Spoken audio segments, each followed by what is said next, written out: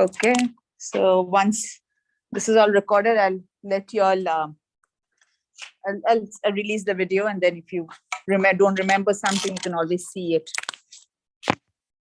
Okay. Hopefully. All right.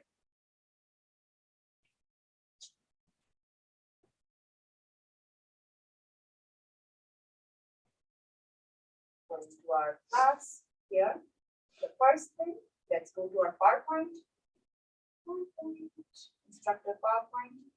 And okay, you don't have that as yet. Okay, so first piece of speech. The one that I give you is debating strategies. Okay. Let's get started with this one.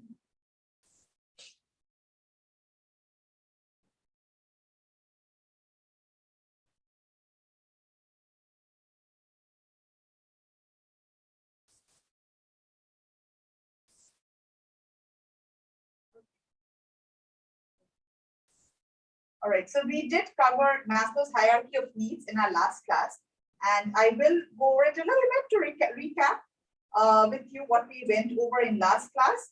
And here we go. If you look at your in-class assignment, what we did in our last class is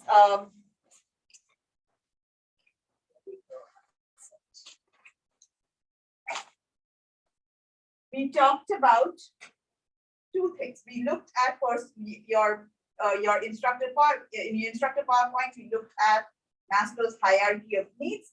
I did go over this with you in class where we talked about this one. If you remember, we looked at this whole this prism, and I talked to you about Abraham Maslow. We covered his whole hierarchy of needs, talking about how needs is correlated with has a direct correlation and direct relationship with needs and motivation. And higher the need is, the higher is the level of motivation. And we also looked at the case in point was what the hell, the documentary that we watched for. Did we watch the documentary? Yes, for 25 minutes, right?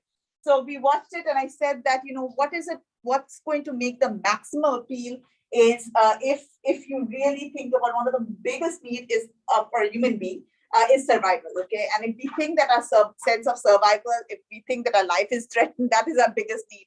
So if you think about your speech, I'm going to ask you what speech topic have you decided about, and what if you are able to map it out and say that this is the need that I am looking at, this my speech topic actually is associated deeply with this particular need, and that will be helpful. So you could see that with the what the hell, the person who's doing this documentary, he actually talked about the fact that if you have an animal-based diet, you basically are risking several chronic diseases, right? And this you'll if you, as opposed to having a vegan diet, and if you have a vegan lifestyle with greater lifestyle choices, you are going away from all the chronic illnesses, right? So that was his claim, and I think what he really tapped on was, you could have tapped on several of these. I think there was, he could have, talked about. I would be able to map it out and say that, okay, maybe a little bit of self-actualization, maybe a little bit of just thinking about animals and protecting animals, and that the need of the sense of morality. If I think about that, in some larger form, I would be able to think about morality. But I think pretty much what he wanted to, the need that he tapped on is, if we continue to eat all the lunch meat, all the sausage, and all the eggs, we will die soon with chronic illnesses. That's what he said, and that's because it's a fear-based mechanism. He tapped on our fear of of dying, and so that was one of the biggest one that he looked at. And that was our discussion. And then what we did in class, if you remember, a quick recap, is that we also did, I gave an in-class assignment. You guys did this in class. If you look at, I'm scrolling it, so I gave you all topics, and you all quickly looked at it and told me, what need is it associated with, right? So let's take a little bit of a break at this point. And today, as I told you, there'll be two models that I will be teaching. I'm talking to you about two models. And I'll be talking to you about the format of speeches in our next class, and then we'll be writing speeches as well. So there's a lot of comprehension, understanding that needs to happen today in class, and then there'll be writing as well. So first thing, let me hear from you. What are your speech topics, so that everybody gets to know what your speech topic is? Let me write it down.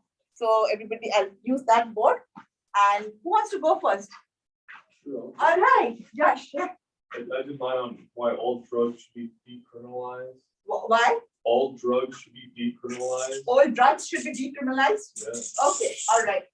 So why all drugs should be decriminalized? Okay. Any specific ones that you can think about? All of them. All of them, okay. That's a blanket. That's interesting. Okay, should be decriminalized. Okay. Is this, let me ask you this question. Is this more in wake of the legalization of marijuana after that happened very recently? No, No, that not has really. nothing to do with it. Okay, okay. Should be decriminalized. Okay. All right. So that is, I'm going to write down the name as well so that you remember. I'll tell you why. And I'm not going to use this as well. Okay. That is Josh's topic. Yeah. What do you- The wealth gap in America. I'm sorry. Wealth gap. The wealth gap should be. Oh, institutional discrimination is kind of perpetuating the wealth gap in America. Oh, okay. All right. Well, all right. You guys have really nice topic. Okay. Yeah, okay. Institutional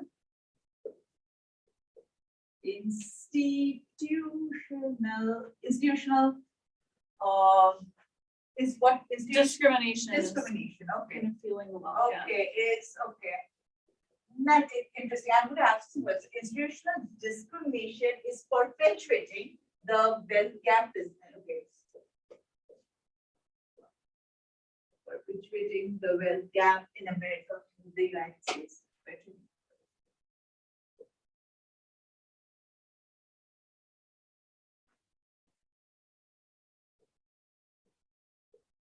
Okay, so Leah, tell me something. When you talk about institutional discrimination, the institutional discrimination would be based on. What do you mean? When you talk about, can you give me an example of this institutional discrimination? Well, just how, I mean, whether it's racial or gender discrimination, just Okay. like kind of in all aspects of life, America is Okay, so kind of, okay, so in other words, systemic, yeah, a pervasive systemic discrimination can, it could be race, it could be gender, it could be I guess mine's more racial, but yeah, okay, race, okay, yours, okay, and how that is perpetuating the like the growing wealth gap in America. the work. Interesting. All right. Mine was all drugs. When you wrote all. Oh my God, sorry. I don't want to confuse anybody. I was thinking.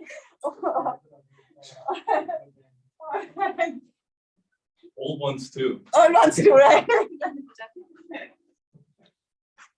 That's why I thought, okay, old drugs, which are the ones you don't.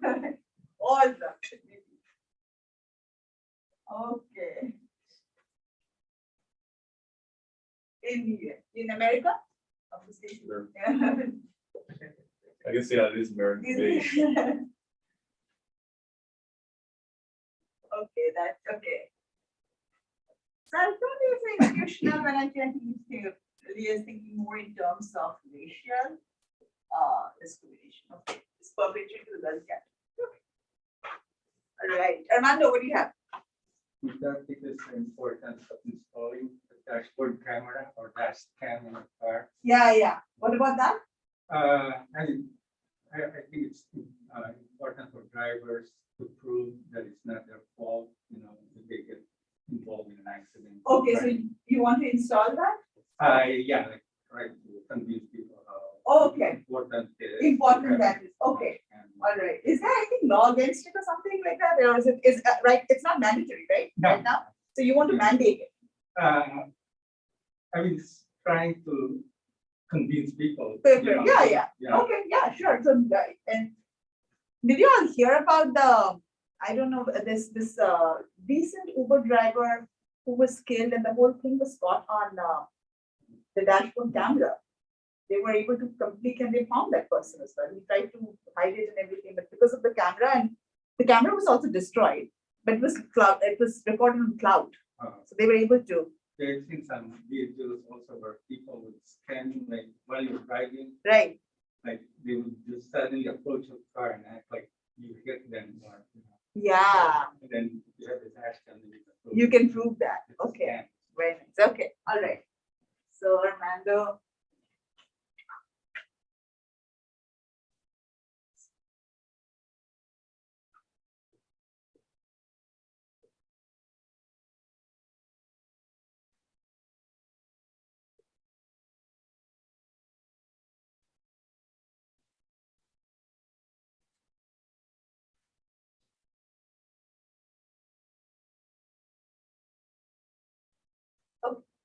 That is Amanda's topic.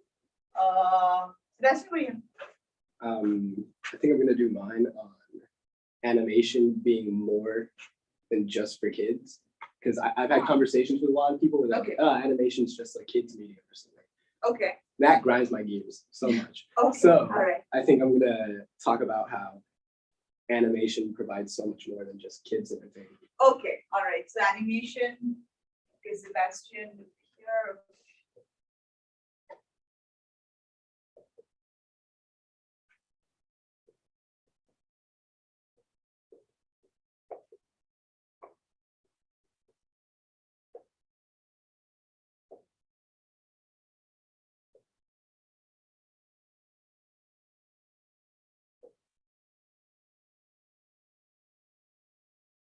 All right, very good. So based on the exercise we had in class. Yeah. Mine is more like the government or society. Okay. And the more topic that I have is like democracy in Africa. And specifically, I'm just talking about the US aid to African refugees. Okay, all right, should US US aid to Africa be to released? Africa. And what's your stand on that? Yes, Yes. okay. Is there something going on right now? They're not releasing it? What's the current It's situation? basically not letting the leaders or Really? parents of, yeah. Okay, all right. Countries to govern their own. Okay, that's it, that's okay, so that's a critical topic, all right, Derek.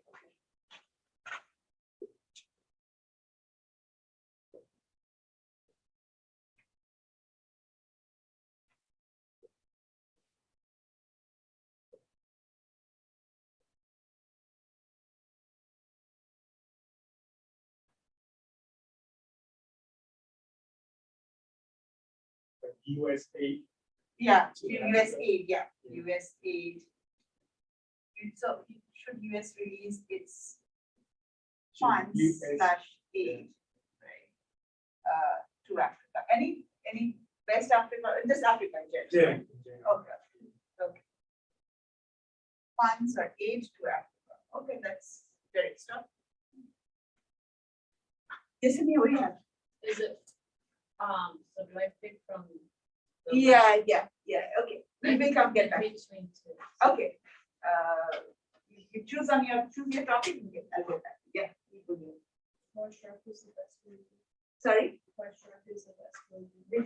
Okay. Spell it out for me, please. Shrek? Shrek is the best movie, okay. Yeah.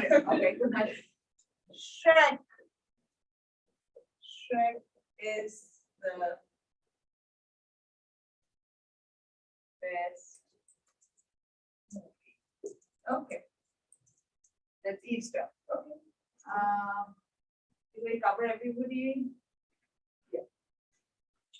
This is the time. Now, yes? Yeah, I was on the Zoom last Monday. Yeah, okay, all right, so let me know later, so, okay, these are some of the topics that you're doing, all right.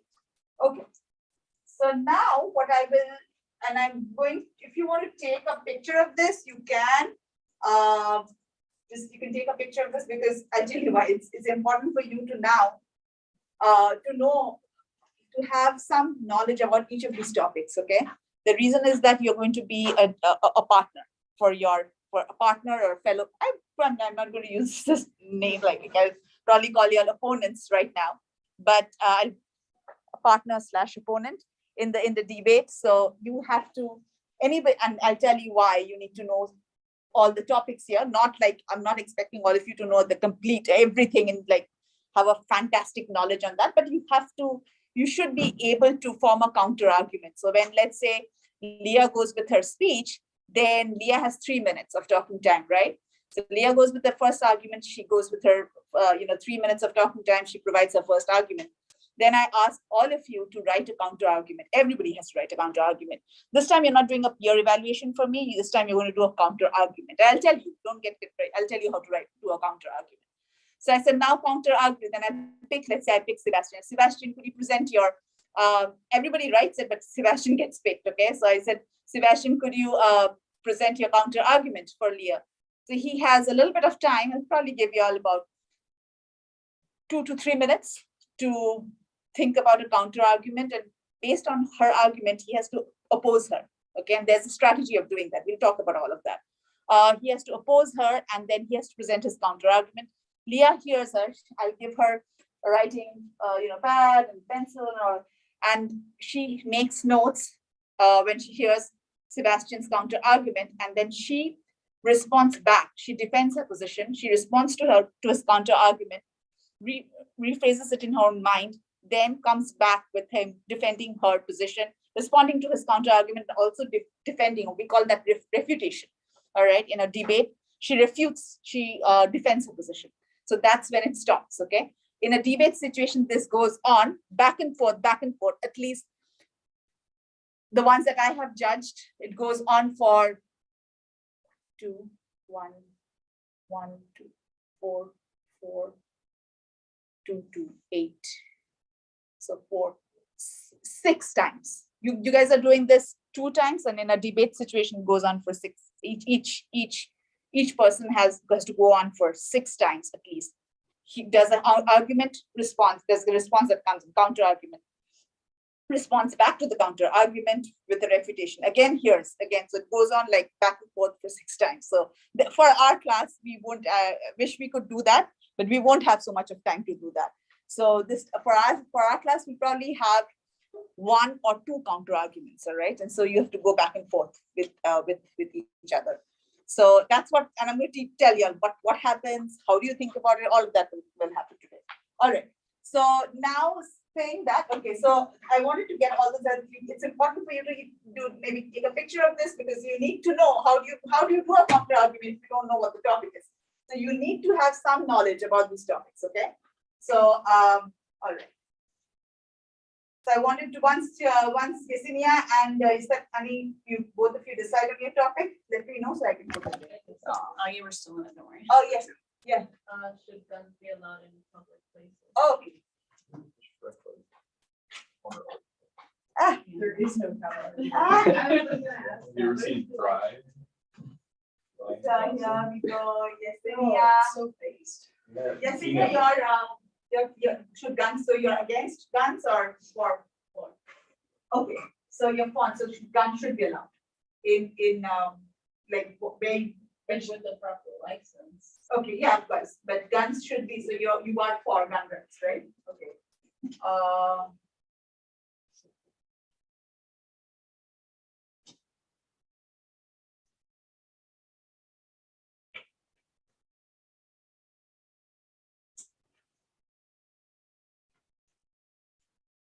Gun rights should be. This way, gun rights.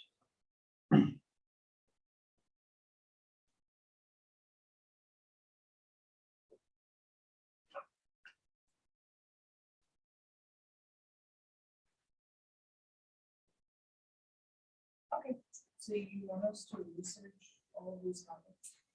you need to, if you have to come up with a counter argument, you need to know a little by, I'm not saying that you need to go for a full research paper, you need to have some little bit of a working knowledge about like this institutional discrimination. What is going on with that? So you should be able to think about it and be able to understand the argument and come back. So we're debating next week more than giving a persuasive speech. You will be giving a first speech, you get back, you will be. The first argument, you're preparing a 3-minute speech. That's what you're preparing, okay? The wild card is you don't know what counter argument you'll be getting. So we have a Okay. 3-minute speech, somebody gives us a 2-minute argument, then we have to pick up a 2-minute. what- You've got a three, we'll talk about it. Don't, let's, we're going to go according to the steps, okay? So, yeah, Yesenia, and then, Estefany, what do you have? Oh, did you, No, okay, not sorry, really. okay, I don't know, I thought you got it. So, all right, so here we go, all right, the whole, how you do it is, let's see, 1 minute, let me just go there. This is a 5 minute, but you guys are doing it on the, so today is 2nd, you guys are doing it on the 9th, so you're not doing it on the 10th, you're doing it on the 9th.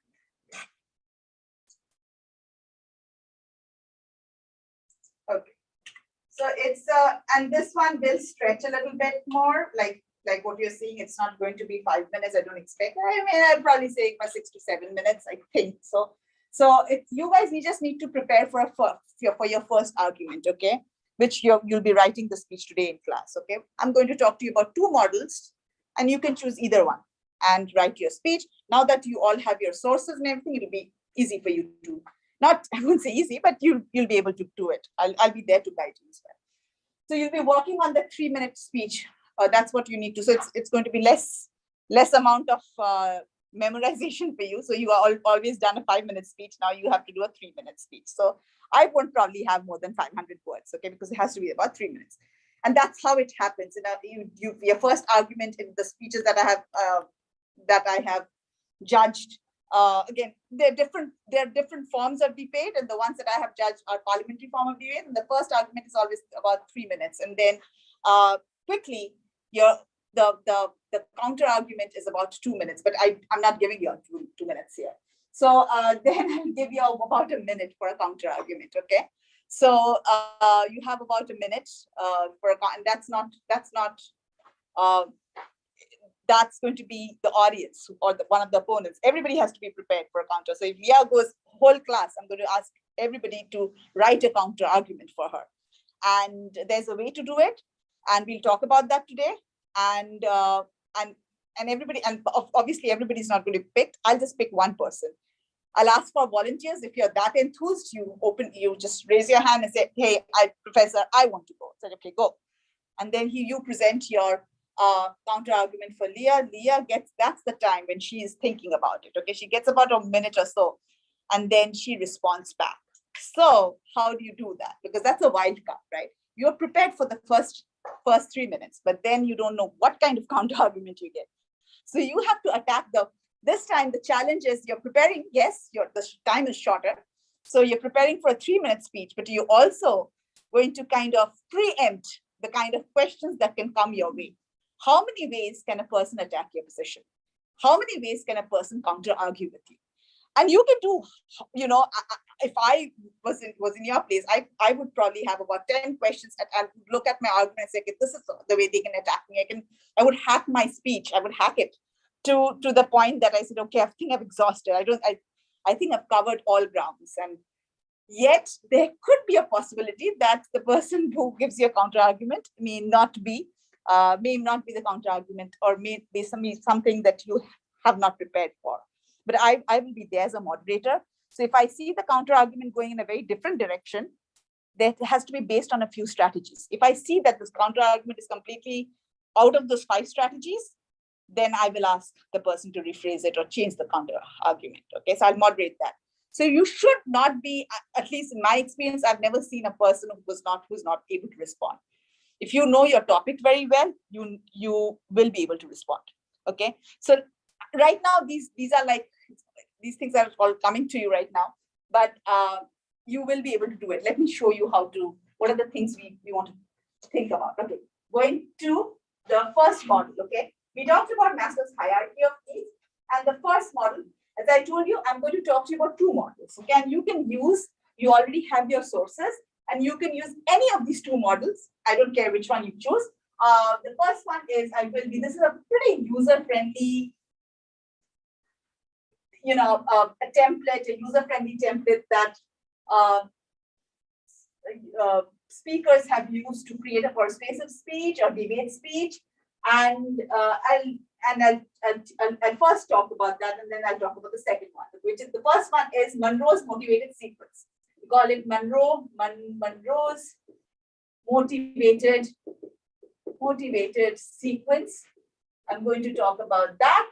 And the second one that I will be talking about is Toulmin's model of argumentation, okay? And you can use either. So it could, you either use this one or you use Toulmin's model of argumentation to write your first argument. Okay. So let me first talk to you about this one, okay? All right. So I have this, and everything is there in the slide. The only thing that's not there is the debating strategies, which I'll put right now. 1 second here. Instructor PowerPoint. You need to now just refer to this one, chapter 19, remember? And I'll just put in this one for you guys. File, debating strategies. This is where Toulmin's, all the counter argumentation, refutation, all of that will be here. Debating strategies. We'll go over as many times today till you get it. Okay, downloads. Here we go. And this is also now there. Okay. So let's go to the first one, which is this, the first one, which is Monroe's motivated sequence. This is in the slide, which is which I have termed as persuasive speech. Okay, that's where it is. Okay, and the second one is here in debating strategies. Okay. So, okay, so this is Monroe's motivated sequence. Let me get a picture of Dr. Alan Monroe. That will be nice for you. Okay. Dr. Alan Monroe.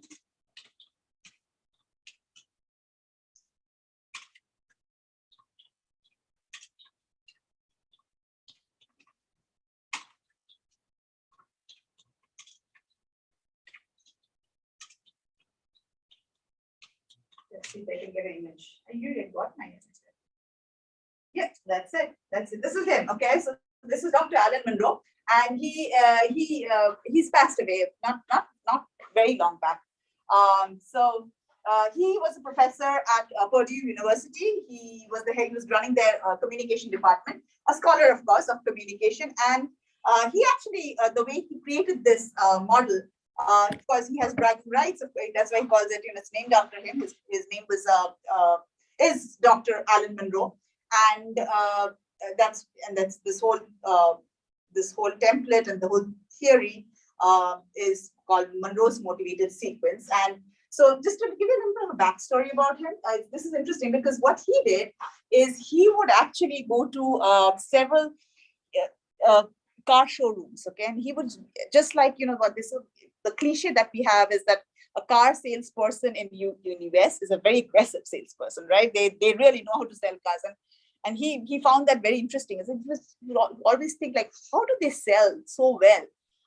And he actually visited several of these places, and he would just hear them talk.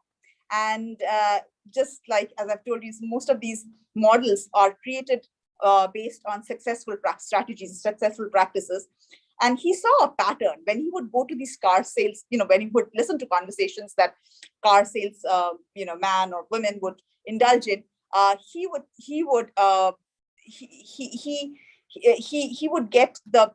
look at some of the strategies, and he would create a sequence, a model based on their conversation, and basically looking at some patterns that there was a common pattern that he saw. And out of that common pattern, of course, based on successful, sales strategies, he created this model, which is called Monroe's motivated sequence. Monroe's motivated sequence, motivated.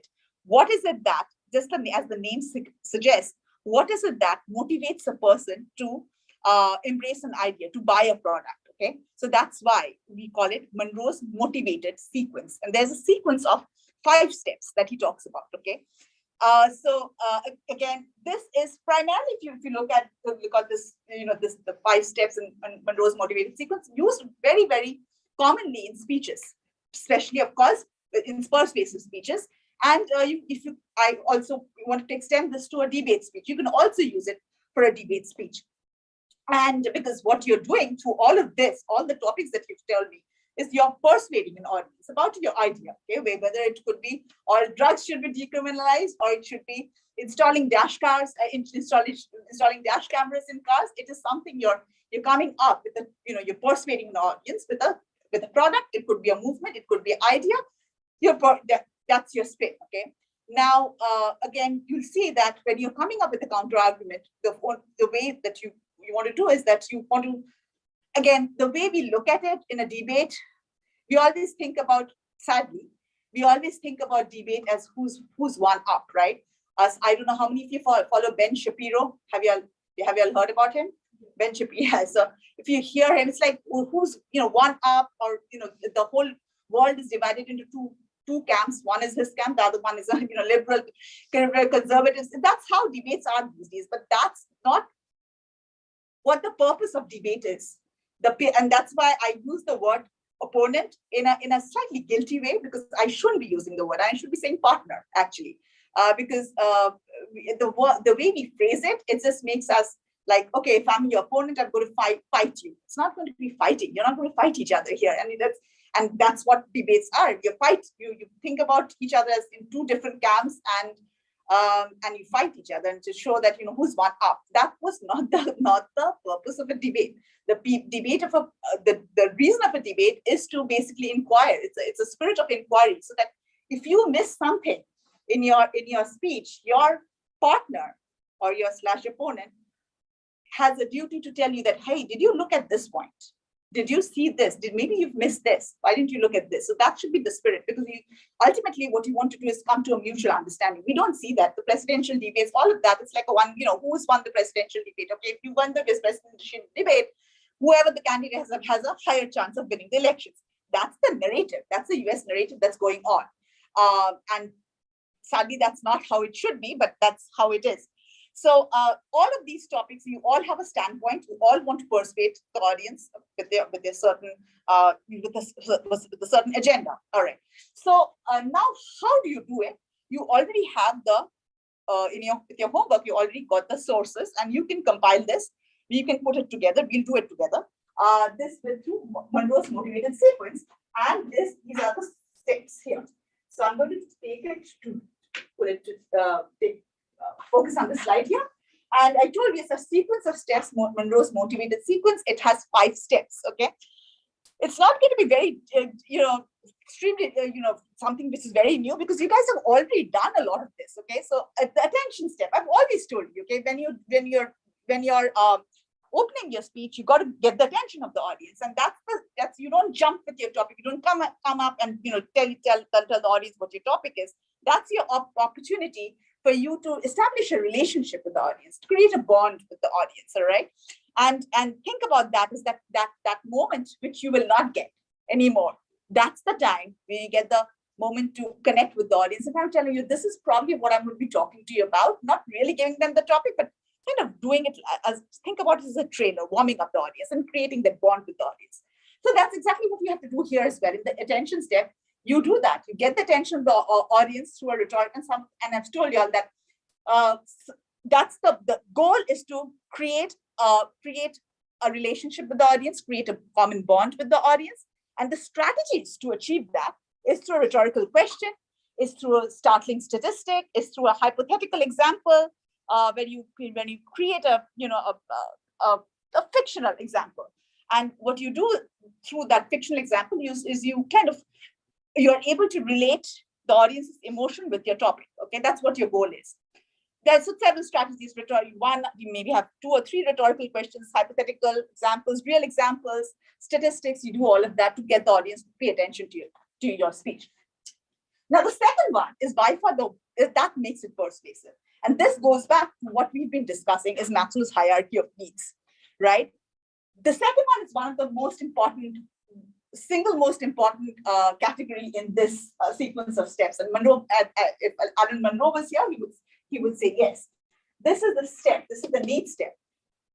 For all of these speeches, you got to think about this. You have to establish the need, okay? Why is it important for me? Let's go to Armando's, I can just look at it right there. Armando's topic, installing dash cameras in cars. Why should I listen to him? what need. And I think I would probably, what's going on in my mind is that the Uber thing that happened, and the lady, she was a mom of 3 kids and she was killed actually. And that whole thing was able to record it. And though it could not save her, but we have precedence of this is how it happens. The person was caught, right?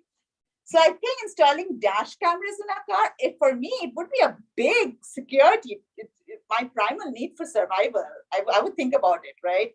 That if I have something and something happens when it's recorded, and I would think about it as insurance safety concern, right? If something happens, somebody bangs my car, I have that's what you said. It's a safety one, right? Insurance comes behind, nobody knows what happened. At least I have that to prove. So it's a safety one for me too. So it's a physiological and it's a safety one for me, okay? So I'm looking at it. So what is it that, if I ask y'all, what need? You've given me topics, right? Let's say, okay, Leah, what need institutional racial discrimination is perpetuating the wealth gap in America? You're talking about this topic. What need do you think? Why should we listen to your speech? Or why is it important if we don't listen to your idea? How is it going to affect us? And I'm going to come to all of you with this question. How do you think it's going to affect us? I think it comes down to safety. I mean, employment, morality, family health, property, all of those. All of those things, yes. I think so. And I would probably be, I mean, possibly physiological. I think that, people's health, yes. access. Access to, yeah, now that you're saying all this, it's not flooding, yeah. Nutrition. all of Nutrition, that's Very much a part of it. housing, Exactly. Yeah. affordable housing at least. Okay, so all of that. So you can see just by tapping on that, we got so many plethora of, okay, yeah, housing, this, that. So what is it that one need, or maybe multiple needs that you got to know that, okay? If it's gun rights, what need? Why should the audience listen to you? And which need in the Maslow's hierarchy of need are you talking about? Okay, so that's some of the stuff. So you got to, if you think about your 3-minute speech, the maximum amount of time will be spent here, because that's where you show. That's how audiences, you saw. I mean, they want to know the why. And in a persuasive speech, if you don't tell them that it affects you somewhere, it affects you, it affects your family. That's the basic one that they are concerned about, right? It always comes down to, and then maybe planet goes on to, saving the planet, all of that. But basically, they want to know how it's going to affect me. So you got to make that point clear and spend good amount of time there. Okay. Satisfaction, once you've provided the need and tell them that if you don't do this, if you don't understand this, how grim the situation is, that racial discrimination is actually creating this very economically extremely a lot of disparity in the income groups, and this can lead to a lot of issues. Once you establish that, then you provide your idea. Okay, for example, that it needs to be stopped. For example, let's say installing dash cameras is necessary. That's your idea there. Let's say all drugs should be decriminalized in US. That's going to be your idea. That's the satisfaction when you come up with the idea. All right. That's the third step. The fourth step is visualization. Just like the word says, visualization, it basically provides you with visuals. Okay. You have to now think about it as the fine print, or the blueprint. Okay. If this is your idea, how is your idea going to work out? Okay. How will your idea work out? So you provide, or think about it in how is your idea going to work out, or you can think about it in a different way. If your idea is implemented, if people start thinking about what you're talking about, these are the good things that's going to happen. Okay, we call that positive visualization. All right, and these are the negative things that will happen if you don't pay attention to my idea. Okay, so you can do a compare contrast method. You can have positive visualization and you can have negative visualization. You don't want to do negative visualization for too long, because audience doesn't like to feel edgy and scared for for too much of time. So you want to maybe touch and go, okay? Touch and go with the negative visualization. Then you talk about all the good things that will happen if people adopt your idea, if people adopt your product, if people adopt your, any of these claims. Okay, so that's visualization for you. So then, if in these 5 steps, the 2 steps that actually take it away from our informative, if you think about it, when you're doing informative speech, you have the attention step. You did talk about your idea, and you probably you talked about how it pans out. You talked about maybe a little bit of visualization. You also could think about it that way. You probably did a little bit of visualization as well. But what really makes it persuasive is, as I told you, the need step and finally the action step. And this is what he said. When Monroe was asked, he said, "What is that final thing that you felt that seals the deal? Makes it really persuasive?" So it's the action step. Okay, it's like when the person takes out the credit card and says that I'm going to make the first payment. Okay, I'm going to put in that $5,000 to $10,000 to buy the car. Okay, or I'm going to sign up. I'm going to sign up today and get the car loan approved. Okay, so that's when you actually do something in the speech, and you actually tell the audience to say that what action. This is the action that you need to take. It could be signing a contract. It could be with what the health that we saw. Maybe getting a paid subscription to a vegan 30-day challenge. It could be if you are trying to get a petition going, maybe asking people to sign a petition. Okay, so it has to be a concrete action that you need to put in the final step to make it persuasive. Okay, so these are the 5 steps, and this is called Monroe's motivated sequence. If you think that your speech can fit into this one, it's a pretty user-friendly. I have seen most speeches fit into this template nicely. But I have seen that. But if you think that this is not the best template, I will talk to you about the second one. And you can, as I told you, choose which one you want to do. The second one, and before I talk about, I think the second one is has much more flexibility. Okay. Second one, you start with the claim and then you keep proving it. Okay. And then there are a few things that you have to use as a checkpoint. All right. To see whether your speech has this, has this, has this, has this. But you have the flexibility of not getting into any pattern here, which you have here. A little bit of, you put things there, you put it in boxes here. That one, second one doesn't have that. I think it's much more. I'll talk to you about it. I think you can write your whole argument and then use it as a just checklist to see whether you have certain things that we will be talking about. Okay, so ready for the second one? Any questions on this one? First one. Any steps that are muddy and you want me to go over it again?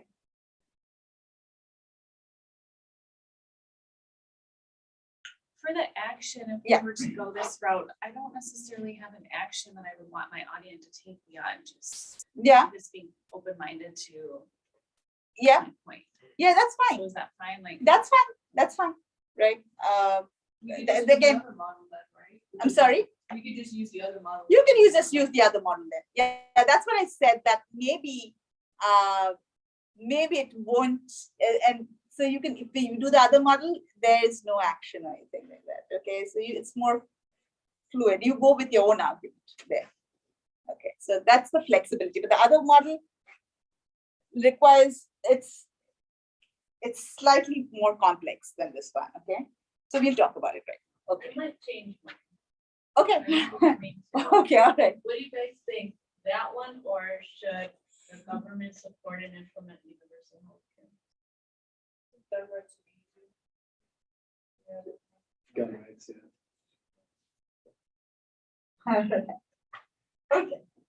So now I'm going to talk to you about argumentation debate. Toolman. So you just saw Dr. Alan Monroe, and I'm going to introduce this person. His name is Stephen Toulmin. He was a British philosopher, passed away, was pretty active during the 1930s Second World War. And again, I'll give you a little bit of a backstory.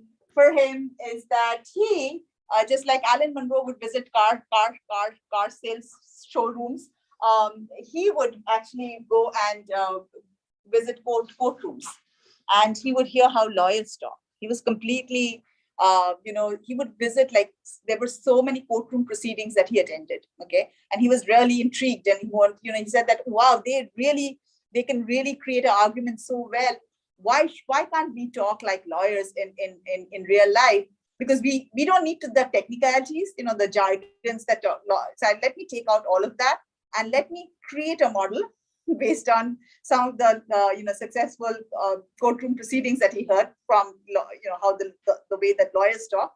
And he said, I'm going to take out all the technical jargon that most regular people like us don't need to use it, no need to think about technical jargons, but then get the essence, get the best thing out of that and create this model. So that's what he did.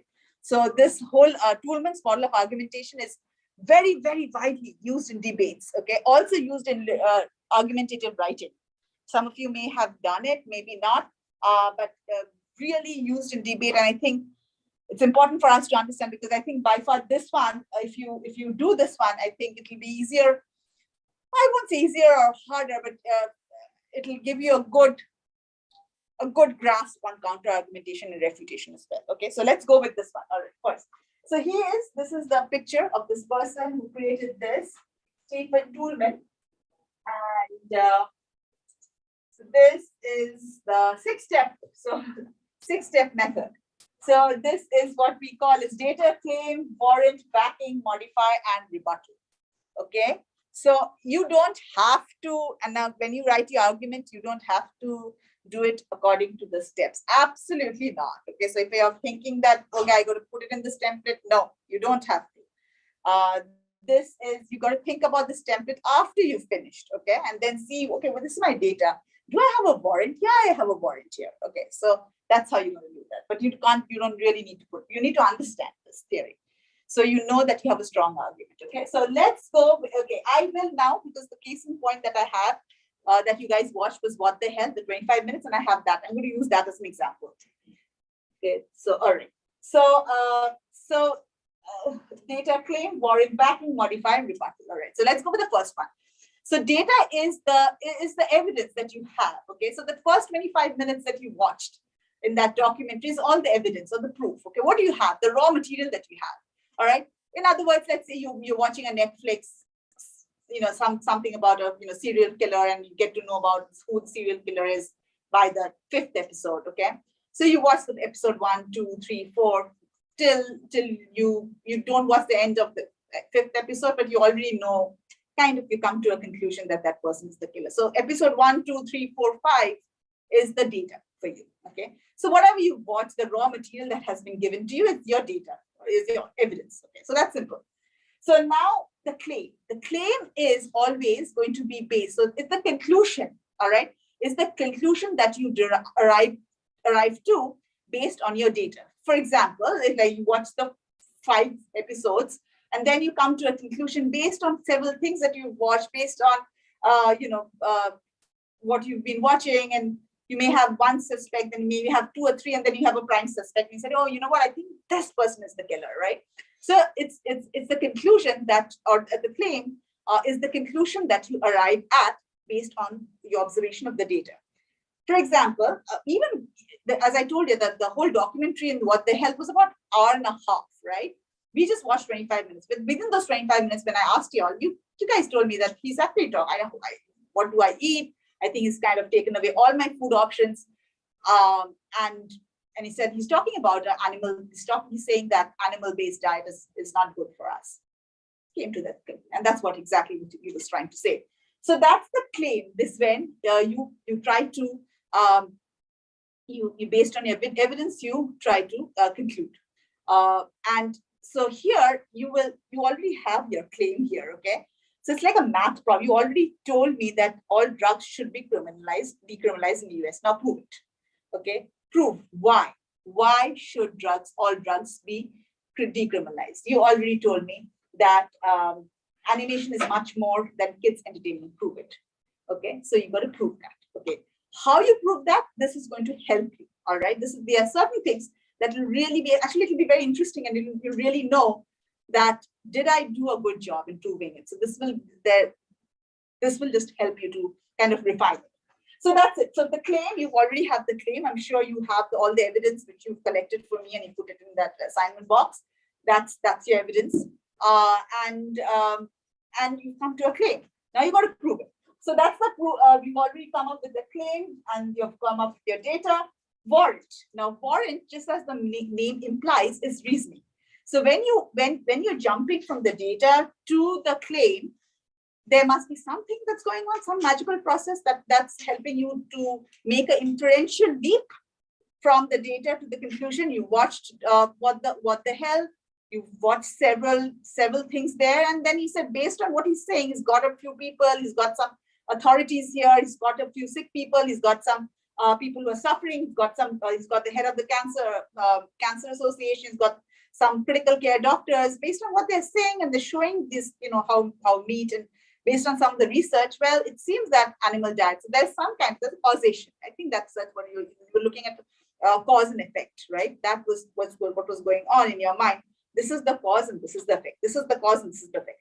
Then that was the kind of reasoning that was going on in your mind. Sometimes in an argument, it is visible that this is the kind of reasoning that you're doing. Sometimes it is implicit. You can't really see it, but somebody hearing you will be able to follow why you're saying this. So that's the warrant. So I would like to see in your argument is what kind of reasoning have you used? Okay. So that's the third component, warrant. Now, the fourth component is backing. Okay, so backing is in a supporting role. Backing is not a hero by itself. Backing is there to support warrant. Okay, so backing will, as I said, it's in a supportive role. It will help warrant. So all the cause and effect that I talked about, the reasoning that was happening when we watched what the hell, it was supported by backing. So what was the backing? What the conversation with the critical care doctor, the conversation with the head, the person who's running the program for diabetes, the conversation with this person who was almost going to have a heart attack with her very high C-reactive protein. She talked about that. Then the other person who had stents in his heart, diabetic. That was all the evidence that we needed to support the cause and effect reasoning. Okay, so backing is the evidence that supports your reasoning. The fourth one here is modifier. Modifier is something that you can use, or it's optional. It's what it does. It's an operative word. It's very visual. You can see that it's an operative word that shows the strength of your claim. For example, when you say all drugs, I think that's the modifier. All drugs. Okay, that kind of makes it. If you say all drugs, and I'm just going to use it as an example, and if somebody argues with him, he has to say all drugs should be decriminalized. There can be some drugs that should not be decriminalized, but if I say all, he is opening the door, okay, and it becomes easy for you to attack him, right? Then somebody can say, you mentioned all drugs. Do you know about this drug and how harmful this is? Then he says, oh, okay, all right. So he has to be careful. That's a modifier. That's an operative word which says all. Why people do that in debating? If he says all, that is, and then if I'm your debate coach, then I'll say be careful about using the word all. Or are you sure that all? Have you covered all the drugs? That's how it goes. Okay. So this is institutionalization. Are there any modifiers? Okay, Shrek is the best movie. All right, so that is a very superlative thing. It is the best movie in the world. Okay, so she's then is there a modifier? Is one of the best? Then you say, okay, all right, there are several others in the containing category. So that basically it is a strategy if you think about it in terms of, and that's why we're learning this. Is that you use a modifier? It's an operative word that shows the strength. That shows the strength of your claim. Okay. Also used why? Because when you use that, it becomes difficult. You might want to make it difficult for the person to argue with you. So you use that strategically. Use strategic words so that you close the door on them. Okay. So that's a modifier. You can use it. You may not want to use it, except it's not compulsory. The last one is by far it's really good, and that will really. So the last one is called the rebuttal. That's when you become you become a devil's advocate. Okay, so let's say I'm going to use it. Yesenia says gun rights should not be banned. She is for gun rights, and she said should not be banned. Okay, now she says something like that. Now there has to be some exceptions to the claim, where she has to go argue against herself, and you put it in the speech itself. So exceptions when your claim may not be true. You might say, why would I do that to myself? That's shooting myself in the foot. Why would I make myself say something? I'm saying this is my claim. And then I say, okay, these are the situations where my claim may not be true. It doesn't make you look weak. By talking about a few exceptions to the claim or situations when your claim may not be true, doesn't make you look weak. It just makes you look as if you have done your research and you know your position and you know the pros and cons. And there are some cons in your claim, which you're aware of that, but the pros are so good that cons doesn't matter. You're gonna have some cons because your pros are really good. Okay, so that's why you do that. So this is another strategy. If you have the rebuttals there, it becomes difficult for the person to again attack you because they've already mentioned that this is where my claim may not be true. Give you an interesting one of the examples that I always give you, let's say it's a mouse, right? Here, let's say this is a wireless mouse, and I say that this is the best mouse, okay? And I say that this is the best mouse available on Amazon, and I say that this is really good because one, it is affordable. It's only $9. I've seen so many mouse that are available on the Amazon Marketplace, and this is by far the cheapest. This is available on Amazon Prime. It comes very quickly. I personally have been using this for about 6 years, and it has never gone bad on me. I've been using it without any issues. I'll say that it operates on these AAA batteries, which are pretty inexpensive, and I don't have to change batteries for like maybe for 6 months. So then that makes it the best mouse. Okay, that is available on Amazon Marketplace. Then I have exceptions. I have a rebuttal there. What do I say? Yeah, this mouse is one of the best, but you know what? This doesn't work if you dip it in water. If you dip it in water, then it's not going to work. Or if you rub it over a very hard surface, then it's not going to work. Okay. So then you would say, why would you say that? I would say that because what are the chances? My pros, and this is so good. The pros are so good. What are the chances somebody's going to really dip it in water? What are the chances somebody's going to really drag it around? I mean, the cons are not that not that great, okay, as opposed to my pros. So that's why, and give you a simple example, you have that rebuttal, an exception to your claim, that you introduce me a speech. It shows that you are very, very knowledgeable about your claim. You know exactly where your claim works and where it doesn't. B, in debating, you are actually giving the cons or giving giving the exceptions or rebuttal within your speech, you're again closing the door on the opponents. If the opponent thinks that, oh, you know what, she missed this point, let me attack her. And you've already mentioned that door is closed. Okay, so that's how strategically you have to have some exceptions to the claim. All right. So now when you do these are the six steps. Now when you do this, you have to create an argument, and then you have a claim. Now you have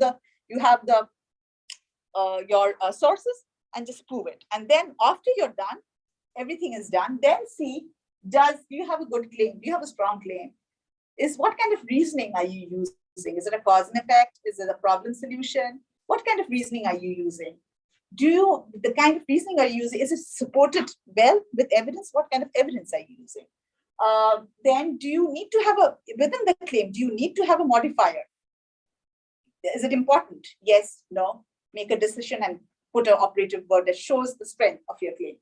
And then have you talked about exceptions? Maybe 2 or 3 exceptions to maybe 2 is fine. 2 exceptions to your claim. Do you have that? You use that as a checkpoint. Okay. Now what I'm going to do is, it's about 7:16. This is what I'm going to do. I'm going to play a clip. Okay. It's exactly the time that you will get. It's a 3-minute clip. Okay. So I'm going to do exactly how much time you guys are going to get. It's a 3-minute speech by President Obama. I'm not going to get into the details. I will I will play it 3 times for you. It's a 3-minute speech. The first time, just hear it, okay? And hear the speech. Just get a taste of what the speech is all about. The second time is when you hear it, start making notes. Start telling, this is what the data is. Arrive at the claim. What is Obama trying to claim? What is his claim? What is he trying to prove through? Think about when you say the claim, what is Obama trying to prove in this speech? Third, what reasoning is he using? What kind of reasoning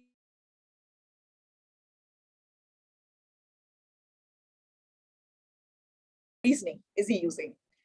You know what? Oh gosh, my bar is low now. Okay, what evidence is he using? All right. Does he have within the claim? Do I see a modifier there? Where is there an operative word that shows the strength of this claim? Is there a modifier there? Sixth is he providing exceptions to his claim? He does. Is he providing exceptions to the claim? Make a note of that. I'm going to play it the third time.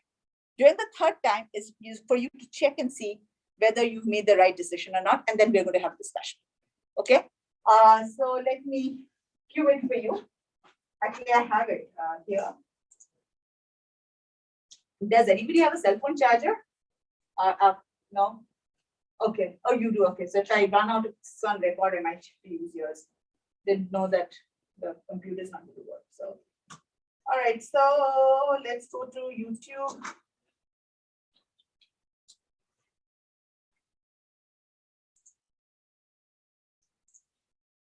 And Monroe's motivated sequence.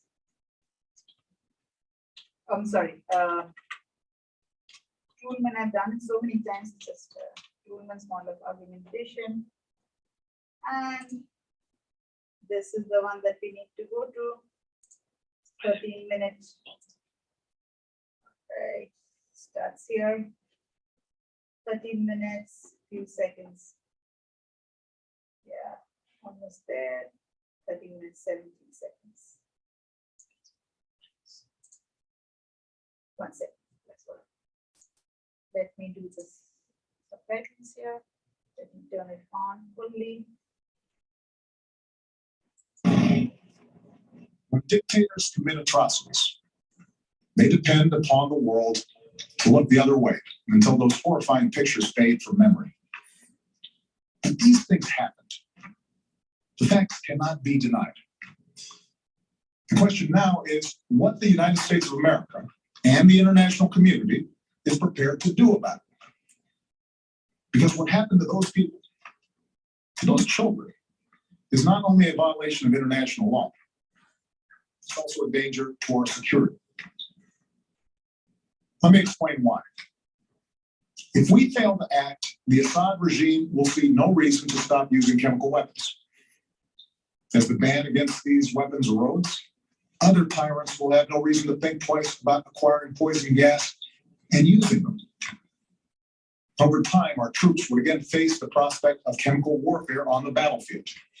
And it could be easier for terrorist organizations to obtain these weapons and to use them to attack civilians. If fighting spills beyond Syria's borders, these weapons could threaten allies like Turkey, Jordan, and Israel.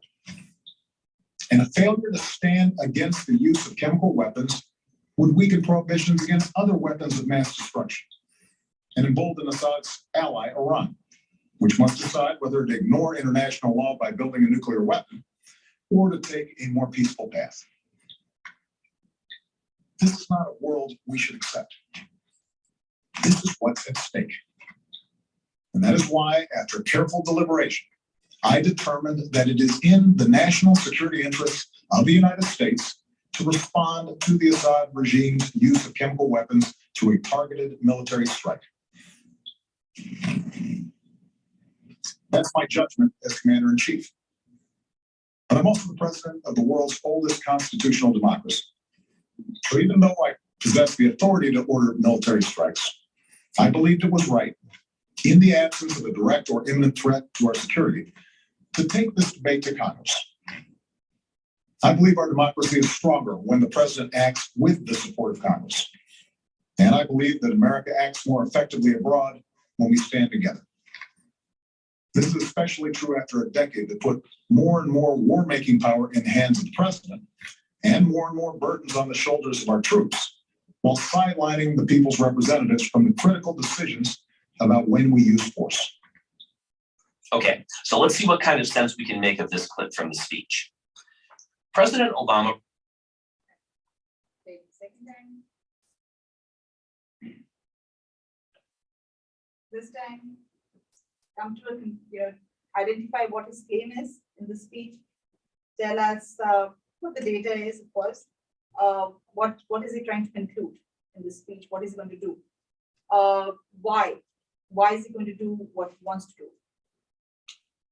What, if you think about the why, what is the evidence or the backing that he provides to help his why? And then does he have operative word in his claim that shows the strength of his speech, of his claim? And then what are the exceptions? When is it that his claim may not be true?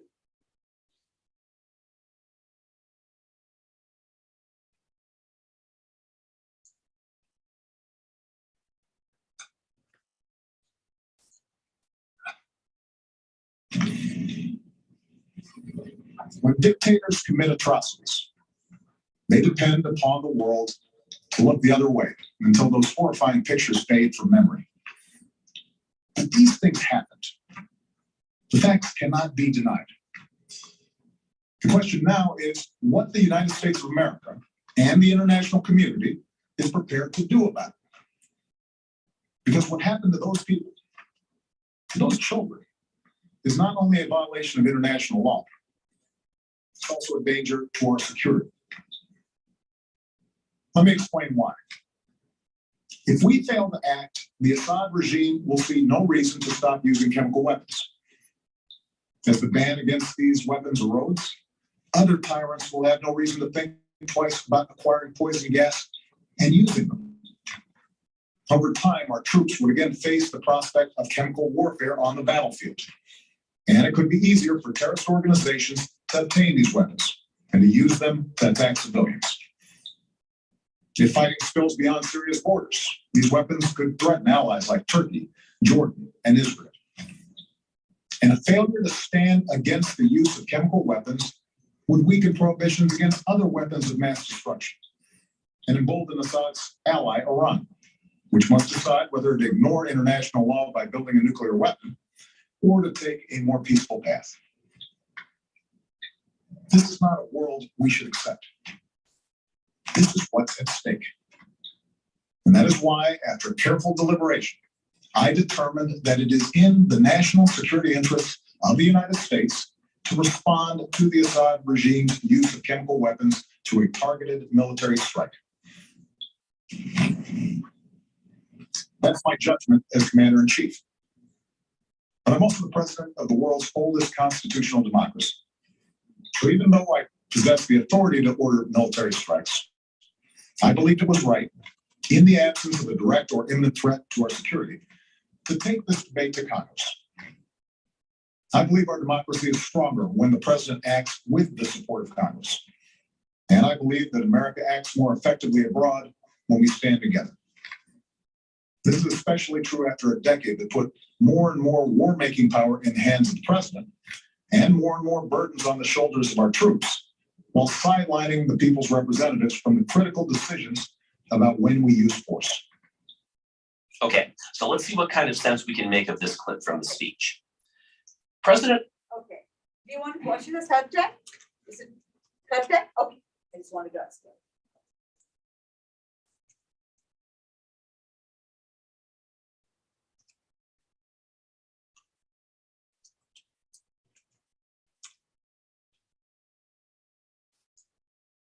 You as a reasonably aware person to be able to fill in the blanks.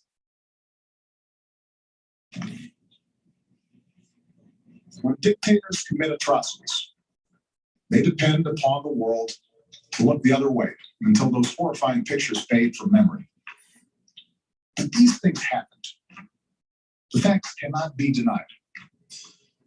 The question now is what the United States of America and and the international community is prepared to do about it. Because what happened to those people, to those children, is not only a violation of international law, it's also a danger to our security. Let me explain why. If we fail to act, the Assad regime will see no reason to stop using chemical weapons. As the ban against these weapons erodes, other tyrants will have no reason to think twice about acquiring poison gas and using them. Over time, our troops would again face the prospect of chemical warfare on the battlefield.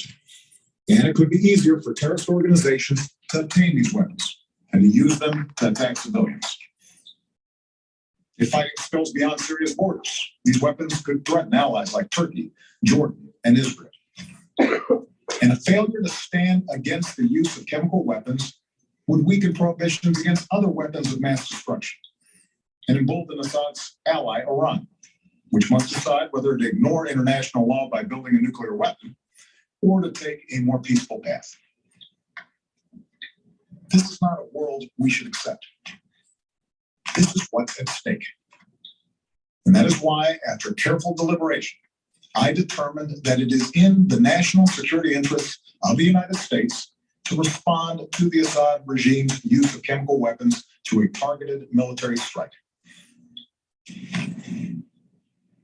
That's my judgment as commander-in-chief. But I'm also the president of the world's oldest constitutional democracy.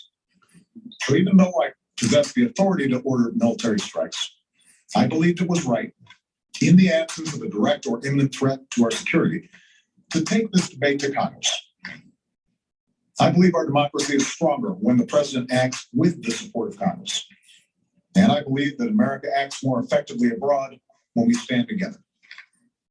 This is especially true after a decade that put more and more war-making power in the hands of the president and more burdens on the shoulders of our troops, while sidelining the people's representatives from the critical decisions about when we use force.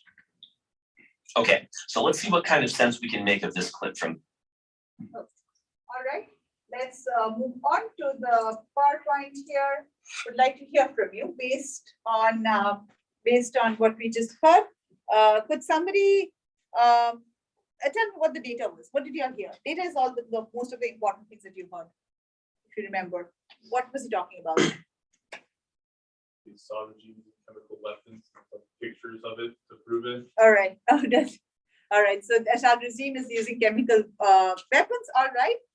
And what else did he say? What else?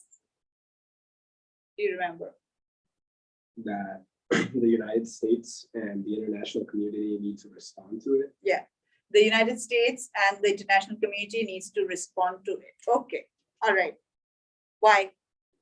Because if they don't, it will just further escalate the use of chemical weapons throughout the world. Okay. All right. Okay. We'll get there. Okay. So what was the claim? Based on what the evidence you heard, what does he want to do? What does President Obama want to do? Well, more, okay, going more power as in? Making decisions with the support of Congress. Yeah, that is, he wants to, that comes later on, but what does he want to do? Let's go to Eve and then, okay, Eve. He wants to respond democratically to the threat at hand. Okay, and all right, almost there. Okay, so, Armando, Directly from that military strike. Yeah. there you go. Okay, so we all like started and then yes. So he wants to go for a targeted military strike on Syria. And why? Why does he say that? And we'll talk about why did he say that? Why does he have to go for a targeted military strike? What's the reasoning? Let's go to the warrant. Why does he need to strike Syria? What is the reasoning? They want to do that. The Syrian allies can do more and support them. Okay, all right. That if in a way that if Syria is not stopped in its tracks, then if you hear it even more, he says that US's national security is threatened. US is going to be threatened because of what's going on in Syria, that they are going to threaten us. Okay, our national security in US is going to be threatened if we don't stop Syria. Why? Because, of course, Syria is doing something. There's an international ban on creating chemical warfare. Most of the world have joined, have signed a pact where it says that we are not going to do any more chemical. The last one that happened was Hiroshima and Nagasaki, and we know what it was, right? So there's and if Syria does this, then why is it going to be a national threat for us? He's saying that we have allies. Turkey and Jordan is our allies of something. They are the neighboring countries. So if Syria is doing this, these countries may get affected. And if these countries get affected, they are our allies. We have to send our own soldiers there. All right. And if we have to send our own soldiers, those soldiers are going to bear the brunt of chemical warfare. And that's not going to be, that's not the world that we want to live in. Children are getting affected. He said, that's not the world that we want to live in. So it has to be stopped. All right. Okay. So that's what he says in the warrant. The reason is this is, if you look at the whole script of the speech, this is not the world that we want to live in. This is not the world that we want to live in. US says we want to attack Syria, because if we don't attack Syria, our national security will be threatened. Okay, all right. So does he have a modifier? He does. Did you hear about, was there a modifier in his claim?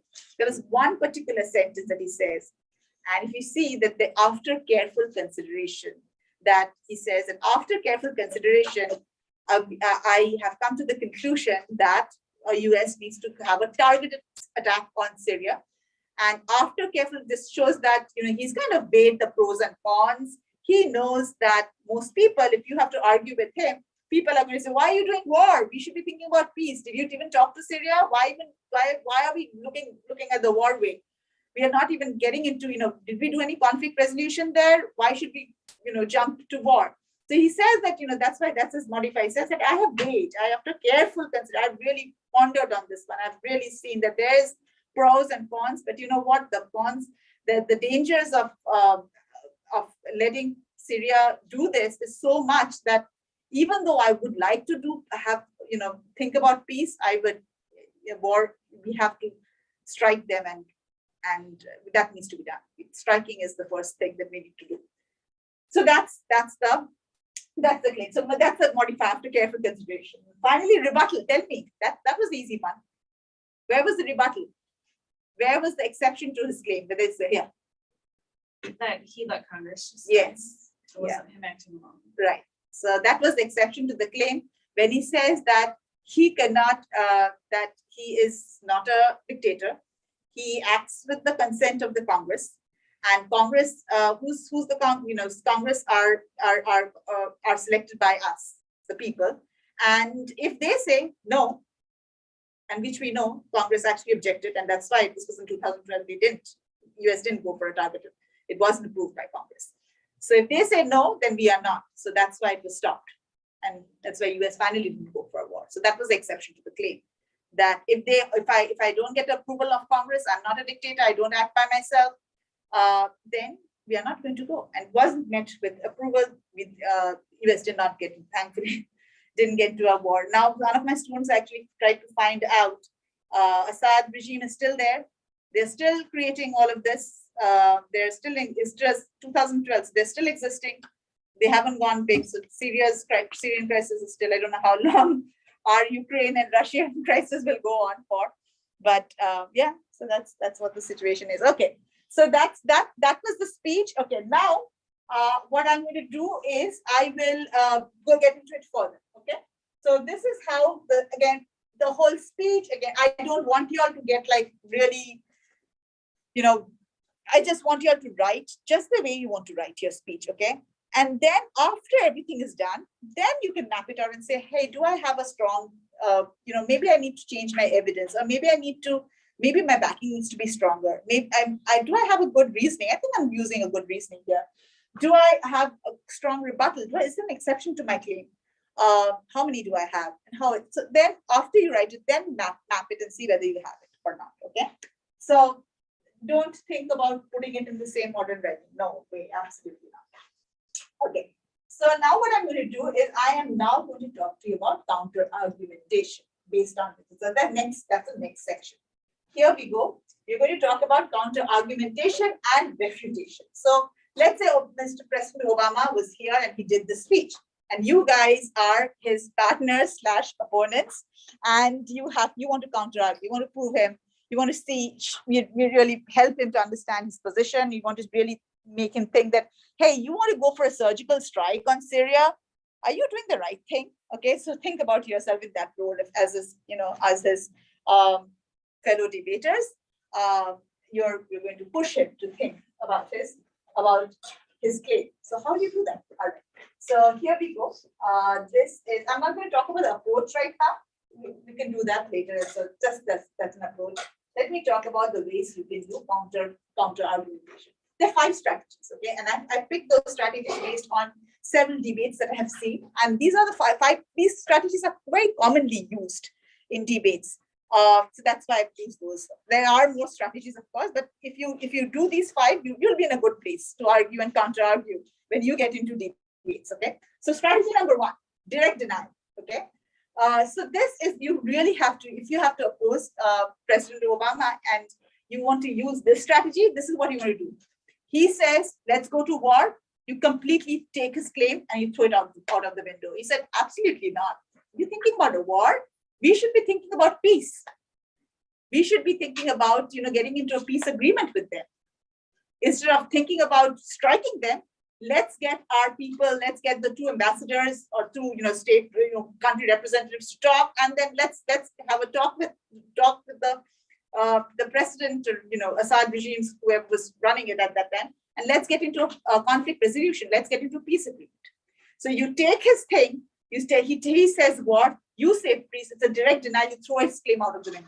You've got to be really strong. If you are coming up with that, you really need to have, when you have to back it up nicely. You have to say why peace is going to work, why war is not going to work. Okay, so that's a direct denial. I haven't seen a whole lot of this approach used with counter argumentation because this is a very radically different approach, and I don't see that happening a number of times. There were some situations where I have seen, but I haven't seen this used because you have to really have a strong argument to kind of completely go against his argument. Okay, so it's like he says black, you say white. He says war, you say peace. Okay, that's the first strategy. The second strategy is used a number of times, quite commonly used. When President Obama says that he wants to go for a surgical strike, you challenge the significance. Okay, you say, hey, you want to now? You're thinking about going to a war right now. This is 2012, right? I said, should we be focusing on war or should we be focusing on our economy?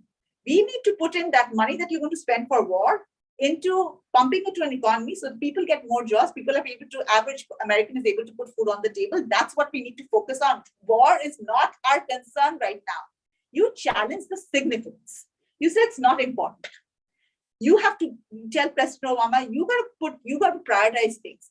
And going to war is not priority number 1 that the country needs. Our priority should be job, economy. So you challenge, and this is an easier one to do because you'll see in a topic this will come up. There will be one, you'll be talking about a certain thing, and then it's easier for you to think about this because there will be some parallel concerns or parallel things that will come up, which is maybe more important than your topic. So it's an easier one to do as a debating strategy than the first one. So this is called, the second one is you challenge the significance of the claim. Third one.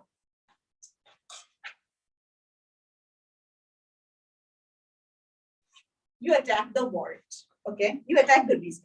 Now tell me something, honestly. How many of you felt through his speech, whatever he said, based on all the facts, okay, all the data, I'm going to say it's facts, I'm not going to say that at all, based on all the data that you heard, how many of you really felt that US is going to be threatened? Did you feel the national security, based on what is going on in Syria, did you feel that US's national security is threatened because of that? I can see a one nod that, okay, Derek did feel. How many of you felt that? Once you talked about our soldiers, that we don't want to put our soldiers in Okay. position, that's There. when like, yeah. Okay, a little bit, okay. Will that let you make that whole decision, that the whole, because of maybe few soldiers will be going there, that a whole national security is a very big concern, just based on that soldier? Would you? A little, well, we had a lot of soldiers at that time, so I think if I put myself back a decade, I would have agreed Okay, a lot okay. more. Okay, all right. So Leah says yes, maybe, and Derek says yes. You felt that, okay. I have a different, again, this is not my personal political opinion or anything like that, but based on what the narrative has been, I'll tell you later about that. But if I were to think about this, I would need something more stronger to think that US is national security is threatened because of what's going on in Syria. I would need a more stronger reason. So if I think, then I'm going to say that your reasoning, if I had to argue based on this, I would say, okay, some soldiers are going to be, yes, soldiers are going to be affected. But I think nothing has happened so far. Did they say that they're going to attack Turkey and Jordan? Did they say that? I think what you're doing, you're trying to attack, you're planning a surgical strike on Syria, but I think it's fear-based. Your whole strategy is you're making a decision as big as this based on your fear. It is not based on facts. It's not based on something that is really happening. You're creating this. Okay, I could have, if I had to attack his warrant, okay, his reason. So that is that's a really, you have to undermine somebody's, and if you think about, one of the strongest ways to attack somebody's position is if you see that the warrant is slightly not making sense, the reasoning is not making sense, then if you attack this one, it's really hard for that other person to argue with this one. So that is attacking the warrant. Fourth strategy, you attack the evidence or proof. Okay, so the evidence that we heard is chemical, that there's chemical warfare going on, children are being killed, Assad regime there's international ban, they're creating. Oh gosh, now my phone is really dying. I get 10%. Okay, I'll try to record as much as possible. Okay, and Assad regime is, so all the evidence that we heard, right? So if you have to attack the evidence, you can say, how sure are we that Assad regime is creating weapons of mass destruction, is creating chemical warfare? This could be the same narrative that you guys did with Saddam Hussein. It could be the same thing. We all knew that there's the weapons of mass destruction when he was hunted down and killed. Did we find? Did we ever find weapons of mass destruction? Maybe not. So maybe the American narrative, the American media is again creating this narrative, right? I can say that your evidence is botched up. This is a creation. It's the creation of American media, and and we are buying this. So you can attack the evidence. So that's another fourth strategy. Fifth strategy is one of the most tricky and difficult ones to do. Is you turn the claim or the proof or the warrant to your advantage. Okay, so you turn it to your advantage. You say that okay, what's your claim? That you want to get into a surgical strike. That's your claim, right? Okay, I understand. I agree with it. Absolutely, we should be, it is a matter of concern that this is a national threat. It is a national threat to our security. But instead of going to war, why don't we secure our borders? I think that's what, if there's infiltration and people if they come from Syria and they carry on this chemical warfare, there has to be few people who will be doing it by foot and creating chemical warfare. And our national security is our borders are completely, every day we have influx of 15,000, 16,000 people who are undocumented. And this is how, if we don't secure our borders, people are going to come in. And people are going to do whatever they want. Any chemical warfare, they can do whatever. So instead of thinking about striking them, let's get our border fixed. You take their claim, you accept it, and you turn it to your advantage. Okay, that's another way. So these are the 5 strategies of counter arguing with your opponent, okay? So when you hear somebody's claim, let's hear Derek's claim. Derek says that he said he feels that US should release its aid to Africa, okay?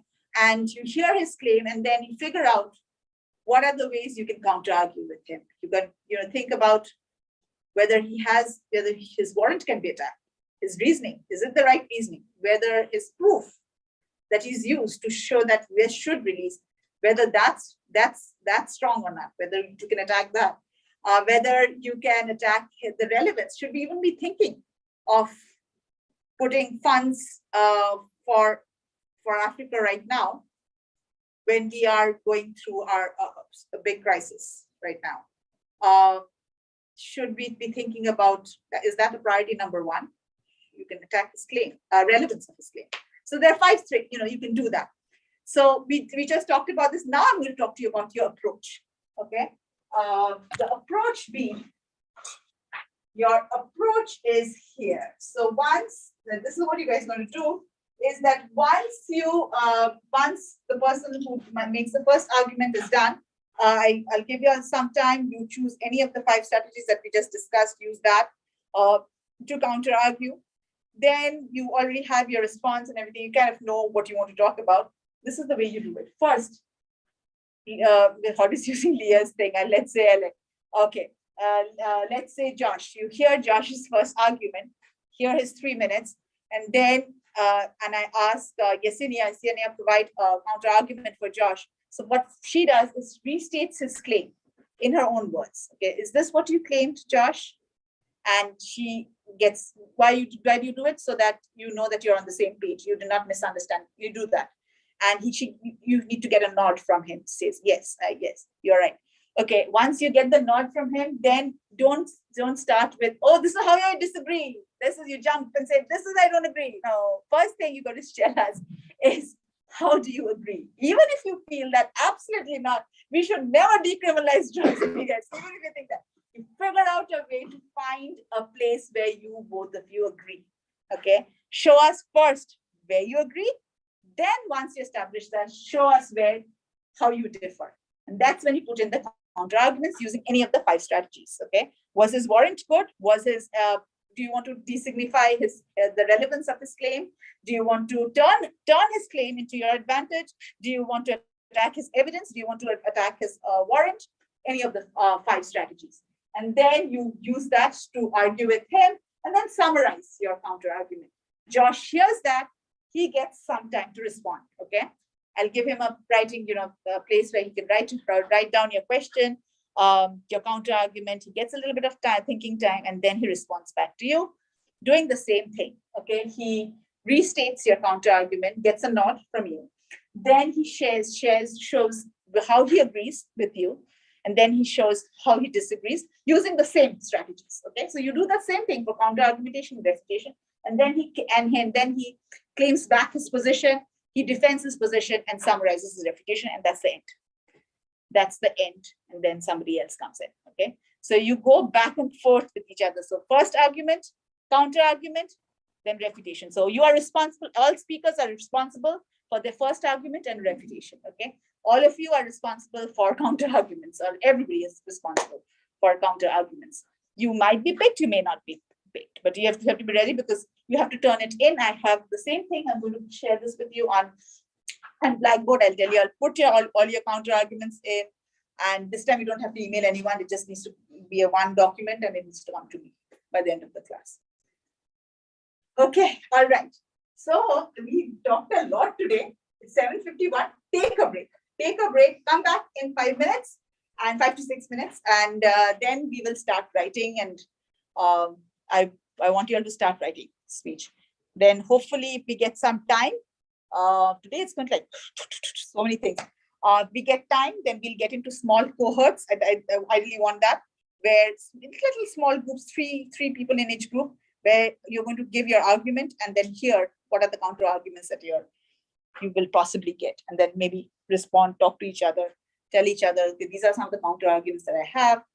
Want to do that with you. So your writing time should be come back. We start writing at around 8. Should take about 30 minutes, right? Okay, come back and then. And I think I've stopped, I need to stop the lecture now, because I think there's writing now and there's nothing that needs to be recorded.